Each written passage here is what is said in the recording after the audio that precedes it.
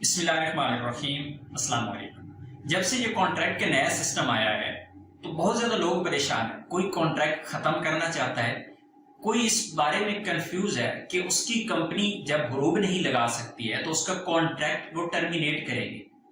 اور اسی طرح آپ میں سے لوگوں کی زیادہ تعداد اپنے کانٹریکٹ کینسل کرنا چاہتے ہیں موجودہ کفیل کمپنی کے ساتھ۔ وہ چاہتے ہیں کہ ہم دوسری جگہ پہ چلے جائیں، ہمیں اچھی جاب مل رہی ہے، موجودہ کفیل کمپنی سے ہم تنگ ہیں۔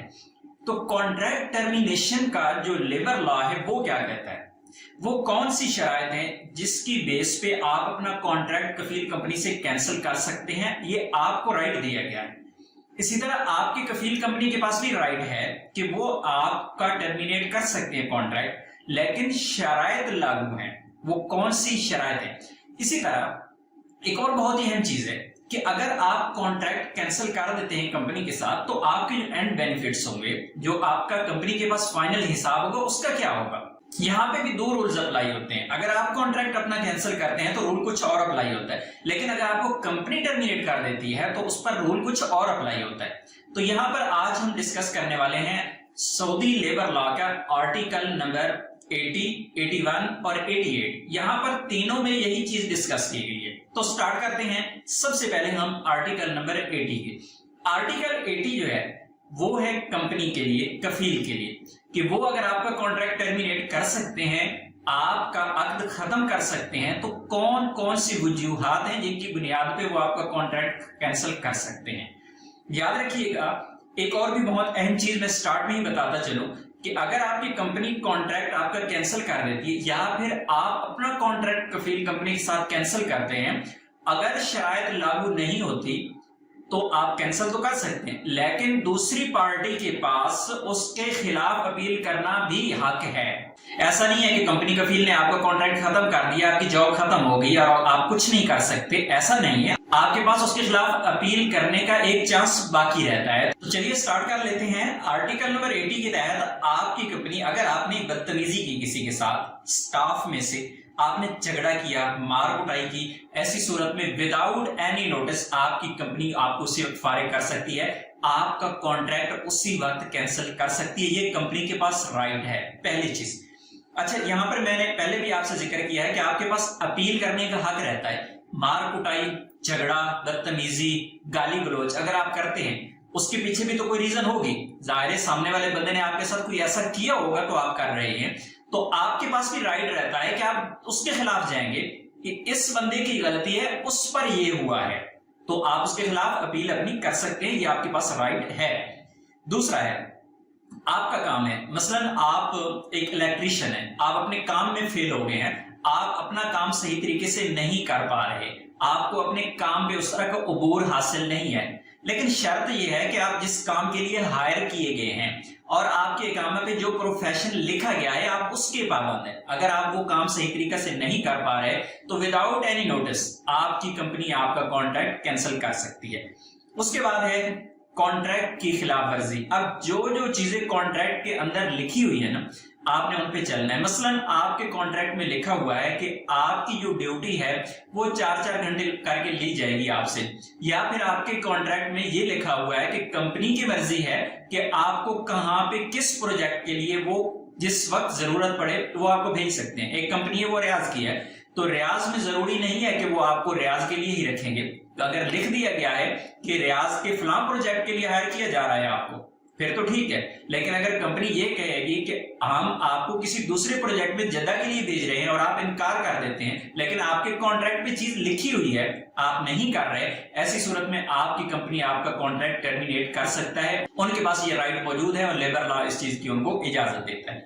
اس کے بعد کمپنی کو جان بوجھ کر کوئی بندہ نقصان پہنچا دیتا ہے، یہ ہم نے دیکھا ہوا آنکھوں سے، سنی سنائی باتیں نہیں ہے، ایسے لوگ بھی ایسی سوچ کے موجود ہوتے ہیں کمپنیز میں کہ کمپنیوں کو جان بوجھ کر نقصان کر دیتے ہیں، کیونکہ کمپنی کا سسٹم کھلا ہوتا ہے، بہت گاڑیاں، بہت مال متاع، ادھر سے چیز پھینک کے ادھر اٹھا دی، ادھر سے اٹھا کے توڑ پھوڑ کر دی، اس طرح کا کسی بھی قسم کا جان بوجھ کے کمپنی کا آپ نقصان کرتے ہیں اور وہ پروف ثابت ہو جاتا ہے تو آپ کو کمپنی وداؤٹ اینی نوٹس آپ کی کمپنی آپ کا کانٹریکٹ کینسل کر سکتی ہے۔